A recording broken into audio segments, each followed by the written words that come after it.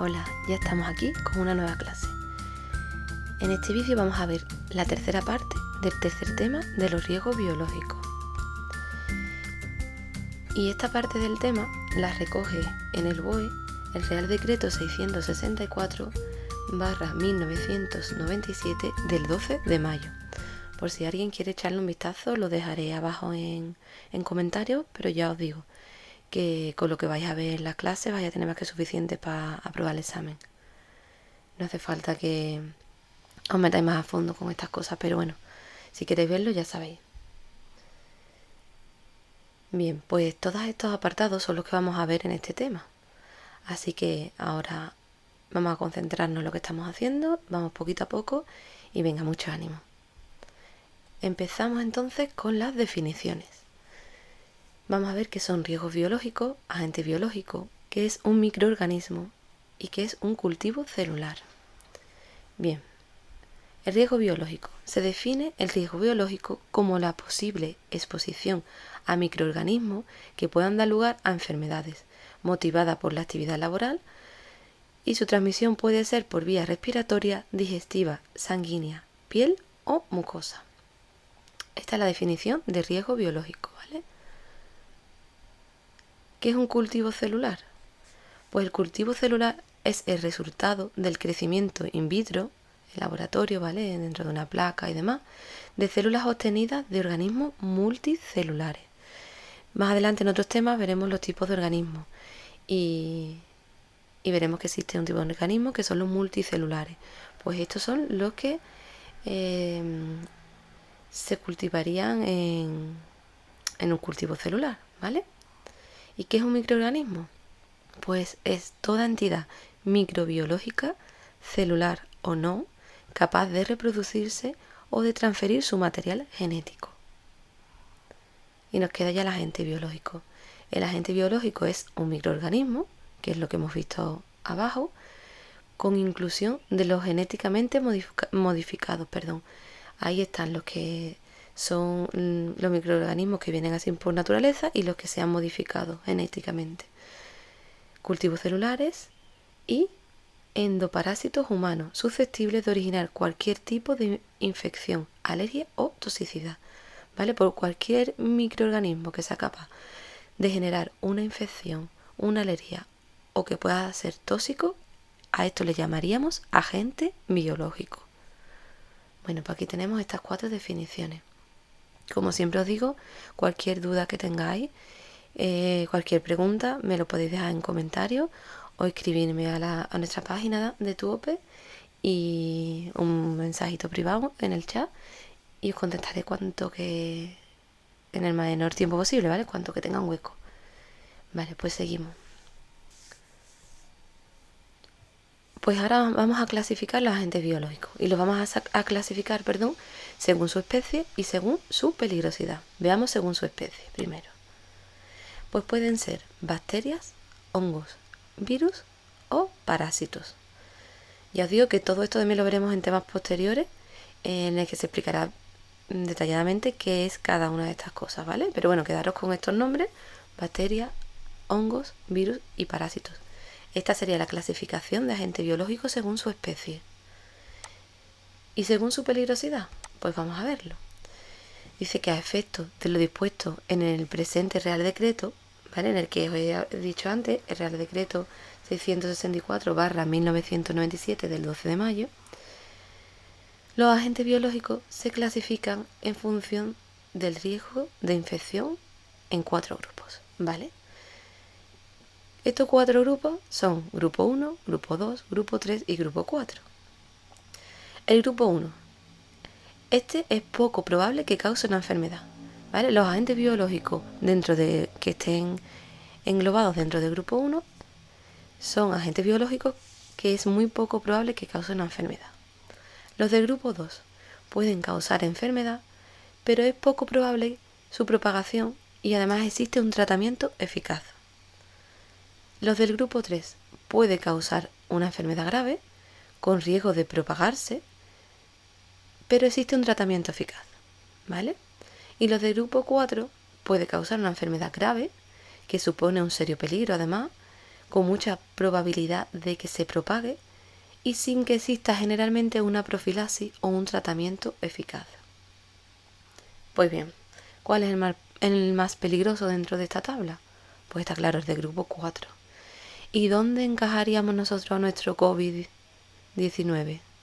¿Vale? A nuestro SARS-CoV-2 este que nos está haciendo la vida tan difícil estos años. Venga, pensad un poquito. Pues sí, lo encajaríamos dentro del grupo 4, claro. ¿Por qué? Porque ha sido una enfermedad que ha supuesto un serio peligro. De hecho, se ha convertido en una pandemia, con mucha probabilidad de que se propagase. Ya he dicho, se ha convertido en una pandemia. Y no existía un medicamento que pudiera tratarlo, ni una profilaxis. Ahora sí tenemos ya la vacuna, pero en el momento que apareció no teníamos ninguna de estas cosas. ¿Vale? Entonces ahí tenéis, grupo 1 es poco probable que cause enfermedad, 2 puede causar enfermedad, pero existe tratamiento, 3 puede causar enfermedad y además grave y se propaga rápido, pero existe tratamiento, y el 4 supone un serio peligro, ¿vale? 4, serio peligro, ¿vale? Y no hay tratamiento. Vale, pues vamos a seguir. Vamos allá con un poquito más de esta clase. Dentro de todos estos riesgos tenemos que tener en cuenta que hay una serie de fluidos corporales que presentan un mayor riesgo, ¿vale? Y estos son de precaución universal. O sea que en todo el mundo hay unos fluidos a los que se les tiene que tener una precaución especial. Pues vamos a ver cuáles son estos fluidos. Tenemos que son sangre, semen, lágrimas, líquido cefalorraquídeo, secreción vaginal, líquido sinovial, líquido pleural, líquido amniótico, líquido pericárdico, cualquier líquido contaminado con sangre, saliva o leche materna. Bueno, no me voy a parar a explicar cada uno de estos fluidos, de dónde provienen o dónde pertenece, porque la mayoría de ustedes saben ya perfectamente de dónde vienen cada uno de estos fluidos. Pero si alguien no tiene el conocimiento necesario para saber de dónde provienen estos fluidos, pues me podéis escribir en comentarios o, como siempre os digo, un mensaje privado por Facebook y yo os contesto, ¿vale? Esta tablita sí que es verdad que deberías de saberla y de saberla bien, ¿vale? Este tipo de fluidos, cuáles son y qué son fluidos de precaución universal. En cuanto a las enfermedades infecciosas, bien, os pongo aquí ampliación en anexo en el campus. Ya he dicho que estas clases estaban preparadas para trabajarlas dentro de un campus, ¿vale? Esto fue una idea inicial que tuve hace un par de años, antes de que empezara el tema de la pandemia, y se preparó el campus, se preparó un Moodle y demás para vender estas clases. Bueno, estas clases no, otras clases, ¿no? Pero bueno, después de que ha pasado lo del coronavirus y viendo que realmente la gente está pasando mal, pues he decidido que estas clases las voy a hacer en vídeo y las voy a subir gratuitamente a YouTube, y eso estamos haciendo, ¿vale? A lo mejor en un futuro, en unas próximas oposiciones, si os han gustado, pues a lo mejor sí ponemos en funcionamiento el campus y tendremos vídeos tutoriales en directo y demás, y tendréis un banco de preguntas enorme y un montón de cosas. Pero bueno, este año queremos hacerlo para que todo el mundo pues no tenga que invertir nada de dinero, y además que es verdad que viendo el tema de cómo están las oposiciones y cómo está la bolsa del SAT, que casi todos los puntos que vaya a conseguir vaya a tener que pagarlos, pues bueno, es un poquito de ayuda. Y así que os pediría que por favor lo compartierais estos vídeos con compañeros y demás que también les pueda servir de ayuda, ¿vale? Así nos ayudamos entre todos un poquito. Bueno, pues como iba diciendo, esta ampliación de anexo en el campus, pues no está ahora mismo, porque el campus ahora mismo no está habilitado para nadie, ¿vale? Pero aquí tenéis una tabla de enfermedades infecciosas. Y además, si queréis, os puedo pasar un esquema de todo lo que son enfermedades infecciosas, cómo prevenirlas y demás. Para ello, os pediría que sí os suscribierais al canal si no lo estáis, y que me escribáis en comentarios que queréis el esquema, y por el chat privado del Facebook también, para que me dejéis el correo, para que yo os pueda ir enviando, ¿vale? Toda la información adicional que tenga, que os pueda servir de ayuda. Bueno, no me entretengo más y seguimos. Enfermedades infecciosas. Aquí tenéis una lista de enfermedades infecciosas. Son enfermedades infecciosas que se transmiten por los siguientes gérmenes. Ahí tenéis algunas de las enfermedades que podéis echarle un vistazo, leerlas ustedes tranquilamente, ¿vale? No os las voy a leer porque sería una pérdida de tiempo. Y bueno, quedaros con algunas de ellas por lo menos, porque sí que os pueden preguntar. No se suelen meter mucho en examen de oposiciones de TCAE, pero bueno, es verdad que en las anteriores hubo algunas preguntas de temas de infecciones y de temas de vacunaciones y demás, que bueno, los que estábamos preparados pues subimos contestarlas, pero bueno, luego se anularon esas preguntas y nada, y nos quedamos un poco ahí con esas preguntas anuladas. Pero bueno, por si algún año entran o por si este año entran, miraros lo que tampoco es muy complicado, ¿vale? Es verdad que algunas son muy difíciles, pero por ejemplo, hay algo que es muy, muy común, la pediculosis, que son los piojos. Pues también que no está de más que sepáis que los piojos es una pediculosis, ¿vale? O que una tosferina es una pertusis. En fin, pues ahí lo tenéis, lo miráis con tranquilidad y nada, seguimos con el tema, ¿vale? Perdón un poquito por los ruidos que pueda haber ambiente, pero bueno, grabo en casa y en la calle a veces hay ruido.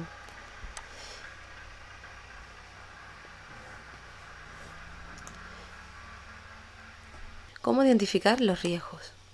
Pues bien, esto viene recogido en el artículo 2 del Real Decreto 39/1997 del 17 de enero, por el que se aprueba el reglamento, ¿vale? Como norma general, se procederá a evitar el riesgo, siempre que se pueda, claro.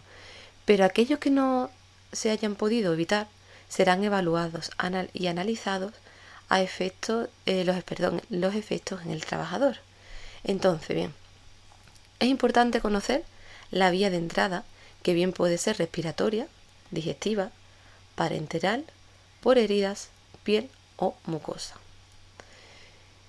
En cuanto a su modo de transmisión, pues puede ser por gotas, aerosoles, lesiones, huésped intermedios, por contacto, de modo directo o de modo indirecto. Debemos de saber reconocer al agente, el grado de virulencia.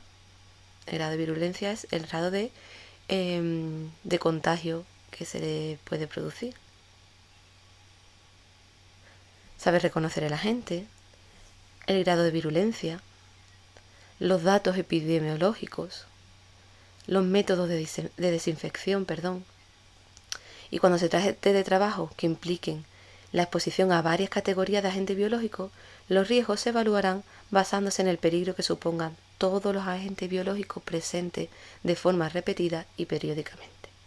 Bueno, pues todo esto está recogido en el Real Decreto 39/1997 del 12 de enero, que os lo dejaré en comentarios en la cajita de descripción, para que podáis echarle un vistazo si os apetece. Si no sabéis mirarlo, me lo podéis comentar también y podemos hacer un vídeo de cómo mirar estos artículos dentro de los Reales Decretos, dentro del BOJA, dentro del BOE o dentro de donde vengan, ¿vale? Incluso dentro de la Constitución, donde sea. Si alguien tiene interés, que me lo deje en comentarios y puedo hacer un vídeo explicándolo. Aquí os pongo que capítulo 2 del artículo 4 del Real Decreto 664/697 del 12 de mayo sobre la protección de trabajadores contra los riesgos relacionados con la exposición a agentes biológicos durante el trabajo. ¿Vale? Es el Real Decreto que os dije al principio de todo de la clase. Bueno, seguimos. Seguimos, que este tema da para mucho. Bueno, esta parte del tema. Reducción de riesgo. ¿Qué tenemos en cuanto a la reducción de riesgo? Pues que cuando no sea posible evitar la exposición, deberá reducirse al mínimo para garantizar la seguridad y la salud del trabajador o la trabajadora, utilizando las siguientes medidas. Vale, pues bien, vamos a ver qué medidas vamos a utilizar para que exista una disminución dentro de los riesgos, ¿vale? Cuando no podamos evitarlo. Procedimientos de trabajo adecuados. La utilización de medidas técnicas para evitar o minimizar la liberación de agentes biológicos en el lugar de trabajo. No nos queda más remedio que exponernos. Vamos a utilizar unos procedimientos en el trabajo que sean adecuados, ¿vale? y que eviten o minimicen que se liberen los agentes biológicos. También reduciremos el número de trabajadores que estén expuestos a estos agentes biológicos, y la medida de seguridad para la recepción, manipulación y transporte de los agentes biológicos dentro del lugar de trabajo será imprescindible que se lleven a cabo. Después optaremos también por otras medidas de protección colectiva o, en su defecto, de protección individual. Utilizaremos los EPI, ¿vale? Cuando la exposición no pueda evitarse por otros medios. Ahora, con el tema del coronavirus, hemos tenido que exponernos a ese agente biológico y nos hemos protegido con nuestra protección individual, con nuestros EPI, ¿vale? Que ya muchos de ustedes, si estáis trabajando, los conoceréis, y si no, lo habréis visto en todos sitios, porque lo hemos utilizado en todos sitios. Utilización de medios seguros para la recogida, almacenamiento y evacuación de residuos por los trabajadores. Incluso el uso de recipientes seguros e identificables, previo tratamiento adecuado si fuera necesario. En temas que vendrán más adelante veremos cómo se almacenan y cómo se desechan los materiales biológicos, los que tienen riesgo, los que no tienen riesgo y demás, ¿vale? Esto es un previo antes de eso. Después, el apartado F, que nos dice medidas de higiene que eviten o dificulten la dispersión del agente biológico fuera del lugar de trabajo. Pues vamos a usar todas las medidas de higiene que eviten que este riesgo biológico salga fuera del lugar de trabajo. El apartado G nos dice la utilización de una señal de peligro biológico, ¿vale? Esto también entraría dentro de la precaución de riesgo. Verificación que sea cuando sea necesaria y técnicamente posible de la presencia del agente biológico utilizados en el trabajo, ¿vale? Pondremos carteles que nos indiquen que ahí existe un riesgo biológico siempre que sea posible ponerlo. Y la evaluación del riesgo a que se refiere el artículo 4 deberá identificar a aquellos trabajadores para los que pueda ser necesaria aplicar medidas especiales de protección, ¿vale? Si os metéis en el Real Decreto, en el artículo 4 podréis leer esto, ¿vale? La evaluación del riesgo al que se refiere ese artículo. Bueno, ahí tenéis, podéis echarle un vistazo, pero bueno, con que os quedéis a grandes rasgos con esto, ya os digo que el temario de las oposiciones es muy amplio, tenemos que aprender mucho temario y deberíamos irnos a las cosas más importantes, ¿vale? Esto para los que queremos los 3 puntos o para los que quieren los 3 puntos. Los que queremos una plaza, pues sí, miraros el Real Decreto, miraros la Constitución a fondo, miraros todo a fondo. Pero los que queremos los 3 puntos, vamos a por los 3 puntos, vamos a aprender todo lo máximo posible en el tiempo que nos queda, que ahora mismo nos quedan prácticamente 3 meses si las oposiciones salen dentro de lo previsto, ¿vale? Estamos en septiembre y el 19 de diciembre se prevé el examen, o sea, nos quedan un poquito más de 3 meses, ¿vale? Venga, pues seguimos. Las medidas a adoptar en cuanto a los riesgos.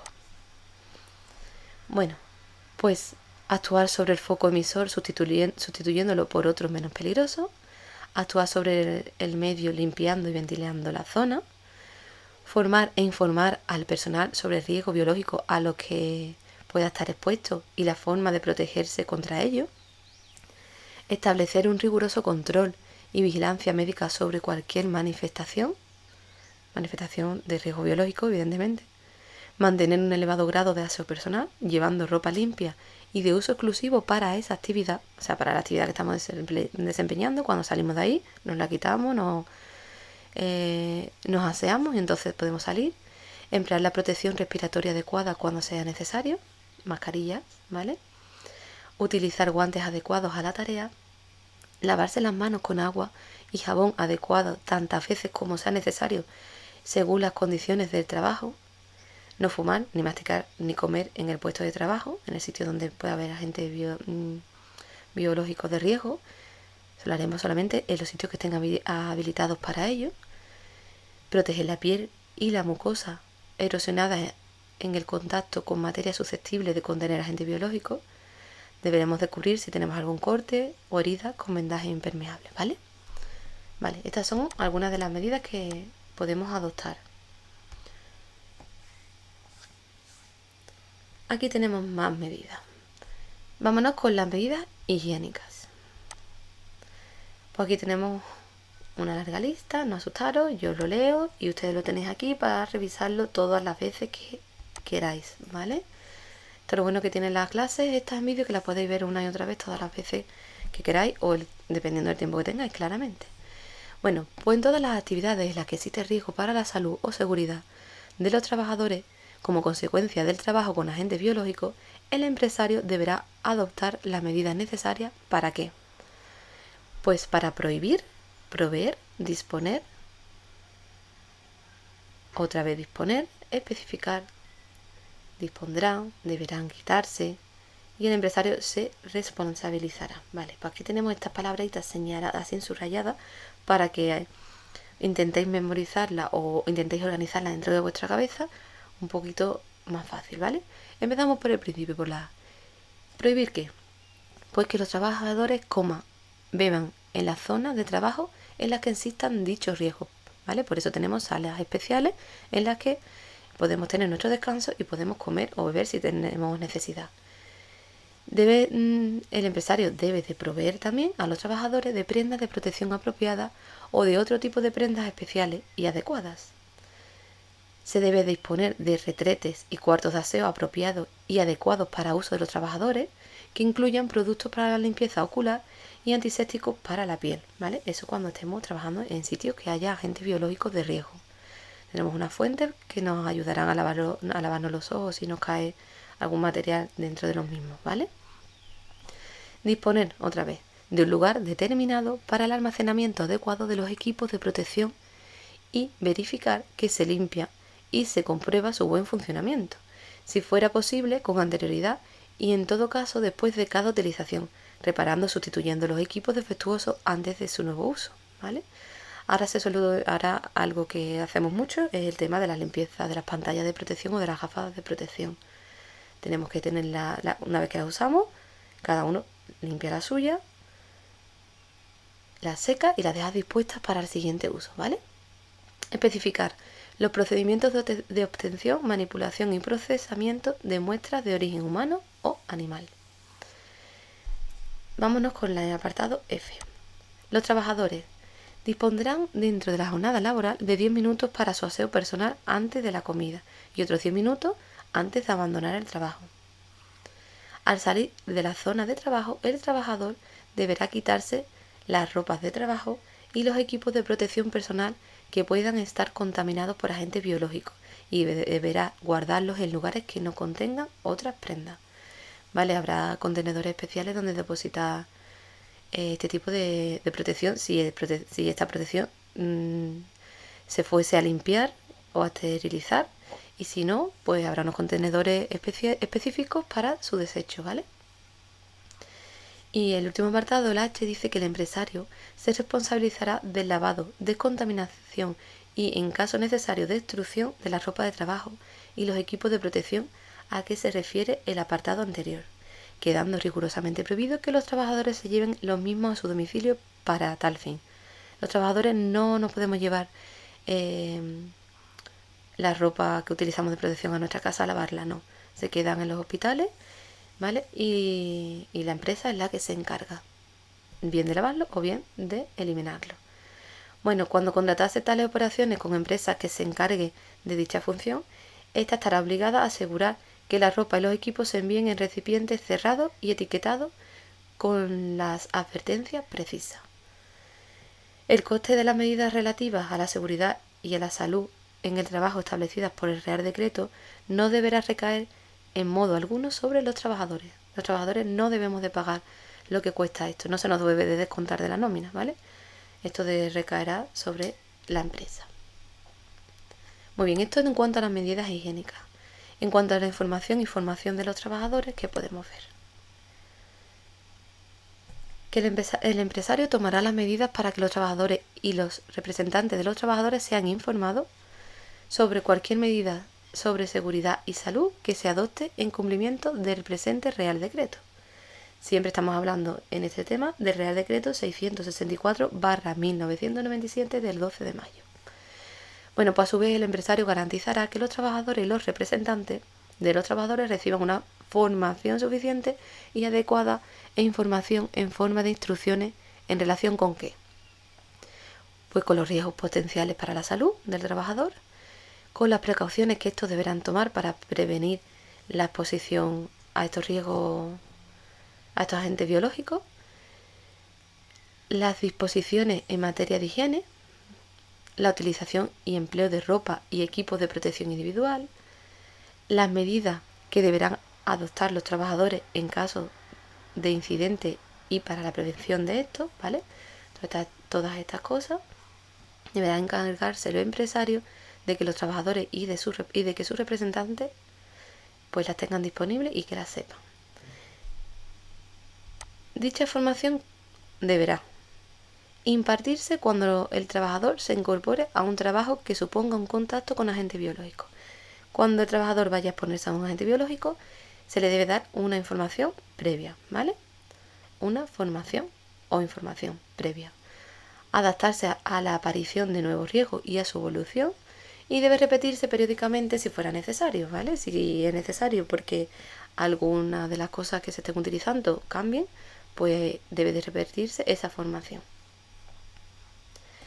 Apartado 3 nos dice que el empresario dará instrucciones escritas y si es necesario colocará avisos que contengan como mínimo el procedimiento que habrá de seguirse. Para que a todos los trabajadores nos quede claro, habrá determinadas zonas en las que haya unos carteles en las que nos explique el procedimiento, ¿vale? Lo podamos ir leyendo conforme estemos en el trabajo. En caso de accidentes o incidentes graves que impliquen la manipulación de agentes biológicos o en caso de manipulación de un agente biológico del grupo 4. ¿Que nos acordamos de cuál era el grupo 4? Venga, si no nos acordamos, nos vamos para atrás, lo leemos y seguimos. Bien. El apartado 4 de esta parte del tema nos dice que los trabajadores comunicarán inmediatamente cualquier accidente o incidente que implique la manipulación de un agente biológico a su supervisor o a su superior jerárquico directo y a la persona o personas con responsabilidades en materia de prevención dentro de la empresa.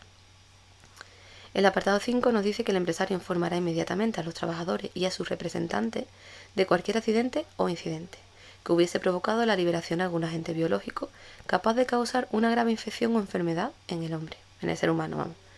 Además, el empresario informará lo antes posible a los trabajadores y a sus representantes de cualquier accidente o incidente grave, de su causa y de las medidas adoptadas o que se vayan a adoptar para remediar tal situación. ¿Vale? El empresario, en el momento que haya una fuga de cualquier agente biológico, tendrá que informar inmediatamente. Y por último, los representantes de los trabajadores o, en su defecto, los propios trabajadores tendrán acceso a cualquier información colectiva anónima. ¿Vale? Si pasa cualquier cosa, esa información será podrá llegar a los representantes de los trabajadores o incluso a los propios trabajadores.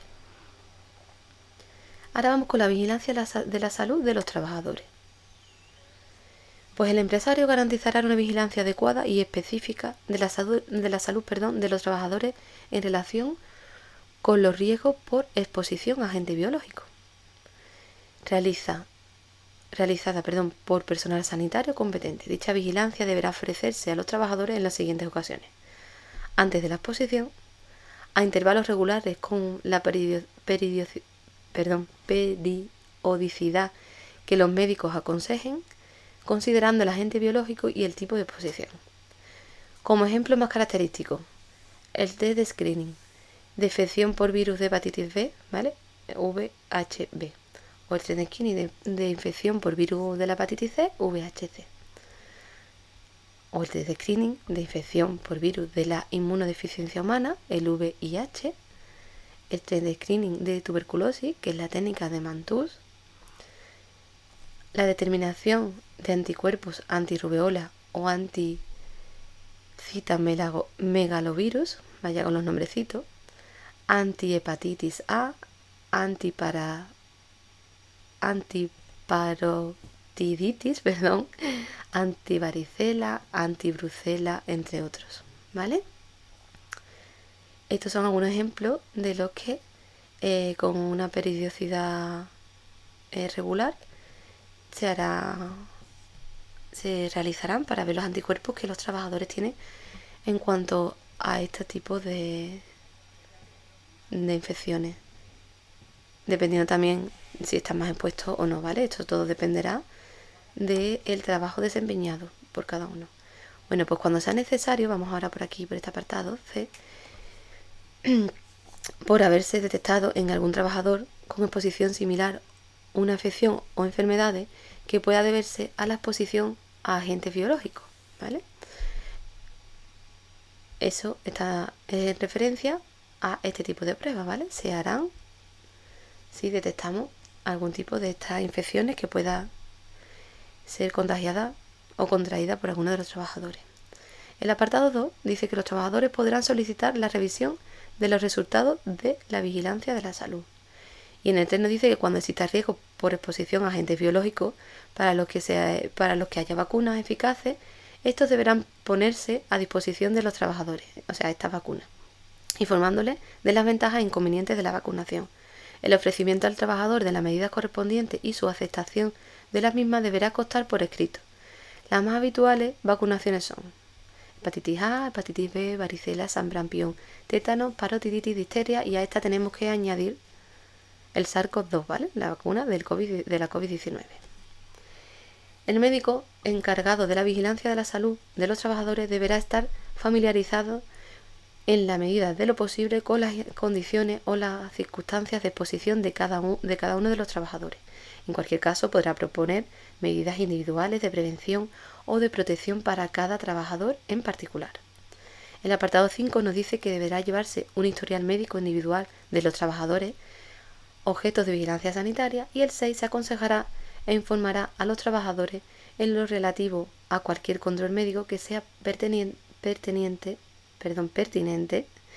a efectuar con posterioridad al cese de la exposición. Cuando leo mucho a veces se me traban ya las palabras.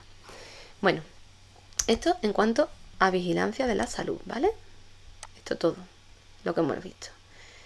Información de los trabajadores lo hemos visto ya, y ahora vamos con la evaluación de puestos de trabajo y los trabajadores expuestos. Evaluación de puestos de trabajo con riesgo y los trabajadores expuestos.